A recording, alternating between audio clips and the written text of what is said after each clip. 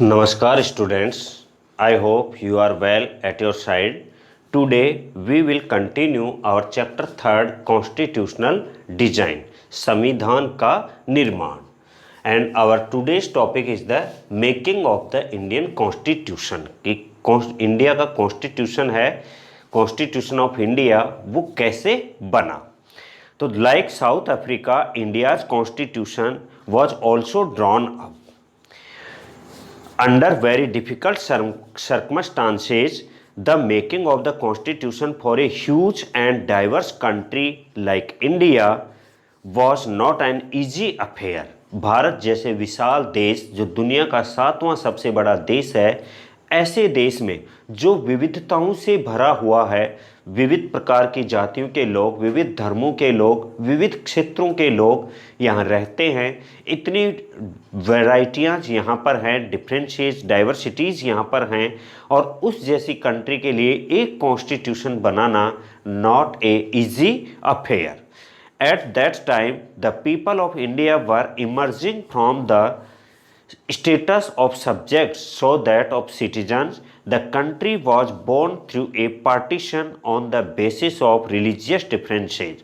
और वो भी उस सिचुएशन में जब धर्म के आधार पर भारत का विभाजन 2 पार्ट में हो गया था, पाकिस्तान और Bharat. This was a traumatic experience for the people of India and Pakistan. ये दोनों ही कंट्री के लोगों के लिए बहुत मुश्किल काम था. At least 10 lakh people were killed on both side of the border in partition related violence. There was another problem. The British had left it to the rulers of the princely states to decide whether they wanted to merge with the Pakistan or the India or remain independent. The merger of these princely states was a difficult and uncertain task. तो एक मुसीबत तो ये थी कि धर्म के आधार पर 2 कंट्री जो थे वो अलग अलग हुए, और दूसरी मुसीबत ये थी कि ब्रिटिशर्स ने माउंटबेटन जो प्लान था उसके अकॉर्डिंग हमें इंडिपेंडेंसी दी, और उन्होंने ये कहा कि उस समय जो 567 छोटी बड़ी रियासत थी, प्रिंसली स्टेट थे, उनमें से हर कोई अपनी इच्छा से या तो पाकिस्तान में मिल जाए या फिर इंडिया में मिल जाए और या इंडिपेंडेंटली रह ले. तो इतनी रियासतों को एक जगह एक फ्लैग के नीचे लेकर के आना बहुत ही मुश्किल टास्क थी. When the constitution was being not look as secure as it does today, the makers of the constitution had anxieties about the present and the future of the country. तो वो सिचुएशन जो Mountbatten plan में Britishers ने India के सामने रखी, वो एक बहुत ही डिफ़िकल्ट सिचुएशन थी, और इतनी प्रिंसली स्टेट को एक जगह एक साथ एक छत्र के नीचे लाना बहुत हार्ड वर्क था. बट फिर भी ये काम किया इंडिया के एक सरदार वल्लभ भाई पटेल ने, जिन्हें आयरन मैन ऑफ इंडिया भी कहा जाता है. वो इसीलिए कहा जाता है क्योंकि इतना बड़ा काम एक बहुत ही सख्त आदमी ही कर सकता था. अब हम पढ़ रहे हैं making of the Indian constitution, कि भारत का संविधान कैसे बना. तो भारत का संविधान जिसे हम आज जिस रूप में देख रहे हैं, वह एक दिन का काम नहीं था कि यह संविधान एक दिन में ही बनकर के तैयार हो गया. स्टार्टिंग से लेकर के जब 1600 में 1600 में यहाँ पर ब्रिटिशर्स ने अपनी ईस्ट इंडिया कंपनी जो सेटअप की, ईस्ट इंडिया कंपनी जो सेटअप की, तब से लेकर के 1947 तक जो यहाँ पर रूल चला, ब्रिटिशर्स का रूल था, इसे कॉलोनियल पीरियड भी हम कहते हैं. तो तब से ही ये एक कॉन्स्टिट्यूशन है, उसका निर्माण होता जा रहा था.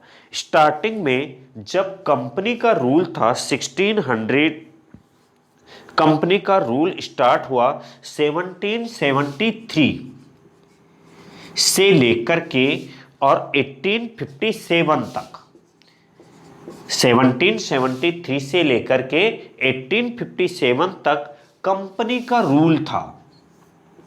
इससे पहले ईस्ट इंडिया कंपनी 1600 में आई थी, सेटअप की उसने अपनी कंपनी, लेकिन वो रूल नहीं कर रही थी उस समय, वो ओनली ट्रेडिंग कर रही थी, एक ट्रेडिंग कंपनी थी। बाद में ये पॉलिटिकल मैटर्स में इन्वॉल्व होने लगी और जब 1773 में बैटल ऑफ प्लासी वॉर हुआ, बक्सर वॉर हुआ, उसके बाद से यहाँ पर कंपनी का रूल हो गया। और 1857 का जो फर्स्ट इंडियन स्ट्रगल मूवमेंट था इंडिपेंडेंसी के लिए, तब तक का रूल था वो कंपनी रूल था। और इसमें कई सारे एक्ट पास हुए। कंपनी ने पहला एक्ट पास किया 1773 में, जिसे हम रेगुलेटिंग एक्ट भी कहते हैं। 1773 में रेगुलेटिंग एक्ट बना, उसके अकॉर्डिंग इंडिया में रूल होता था। उसके बाद 1784 में पिट्स इंडिया एक्ट बना।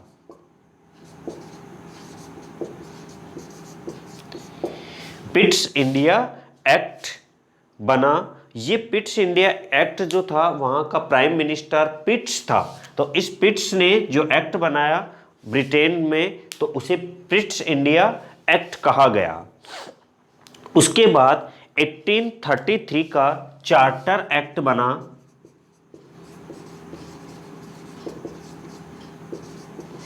1833 में चार्टर एक्ट बना, और एक चार्टर एक्ट 1833 में बना, एक 1853 में भी चार्टर एक्ट बना। तो ये जो एक्ट बने, ये एक्ट बने थे कंपनी लॉ के अकॉर्डिंग। ईस्ट इंडिया कंपनी ने ही ये एक्ट बनाए थे। उसके बाद क्राउन का रूल आया, जिसे वहां पे ताज कहा गया। 1857 से लेकर के और 1947 तक क्राउन का रूल रहा।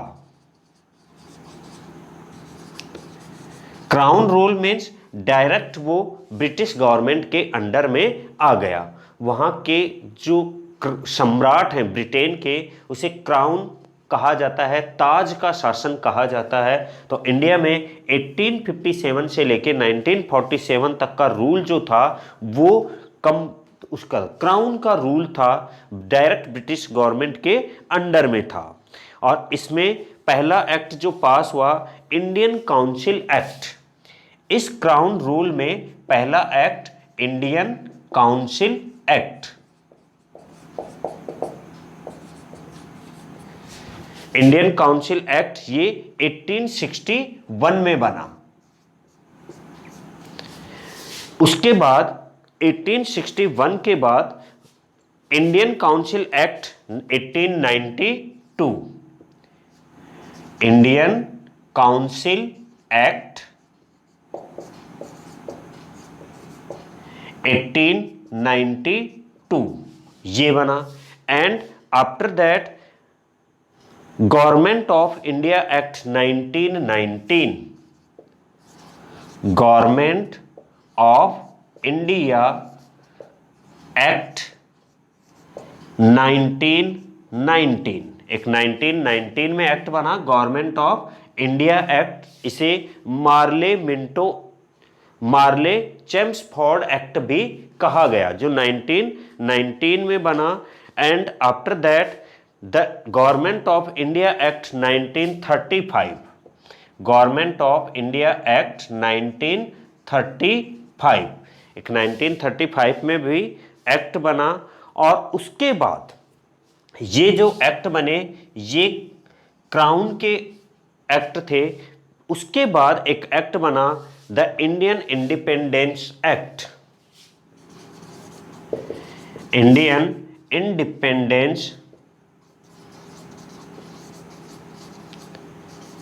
एक्ट 1947। तो इंडिया को जो इंडिपेंडेंसी मिली वो एक्ट था इंडियन इंडिपेंडेंस एक्ट 1947। तो हमें जो आज़ादी मिली वो इस एक्ट के अंडर में आज़ादी मिली।